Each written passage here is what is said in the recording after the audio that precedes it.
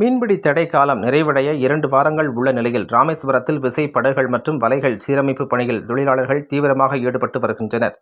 தமிழகத்தில் மீன் இனப்பெருக்க காலமாக கருதப்படும் ஏப்ரல் 15 முதல் ஜூன் 16 வரை 61 நாட்கள் விசைப்படகுகள் மீன்பிடிக்க செல்ல தடை விதிக்கப்பட்டுள்ளது. இந்த தடைக்காலம் கடந்த மாதம் 15ஆம் தொடங்கி அமலில் இருந்து வருகிறது.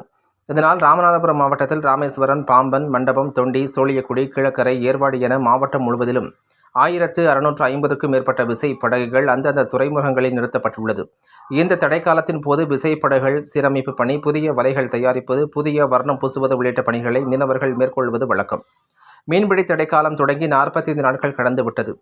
இன்னும் 2 வாரங்கள் மட்டுமே உள்ளது. இதனால் ராமேஸ்வரம் மீன்பிடி துறைமுகத்தில் விசைப்படகுகள் சீரமைப்பு பணி மற்றும் பழைய வலைகள் பழுது நீக்குவது, புதிய வலைகள் தயார் செய்வது உள்ளிட்ட பணிகளில் தொழிலாளர்கள் தீவிரமாக ஈடுபட்டு வருகின்றனர். தடைக்காலம் நிறைவடைந்து மீன்பிடிக்க செல்வதற்கான முழு ஆயத்த வேலையில் மீனவர்கள் ஈடுபட்டுள்ளனர்.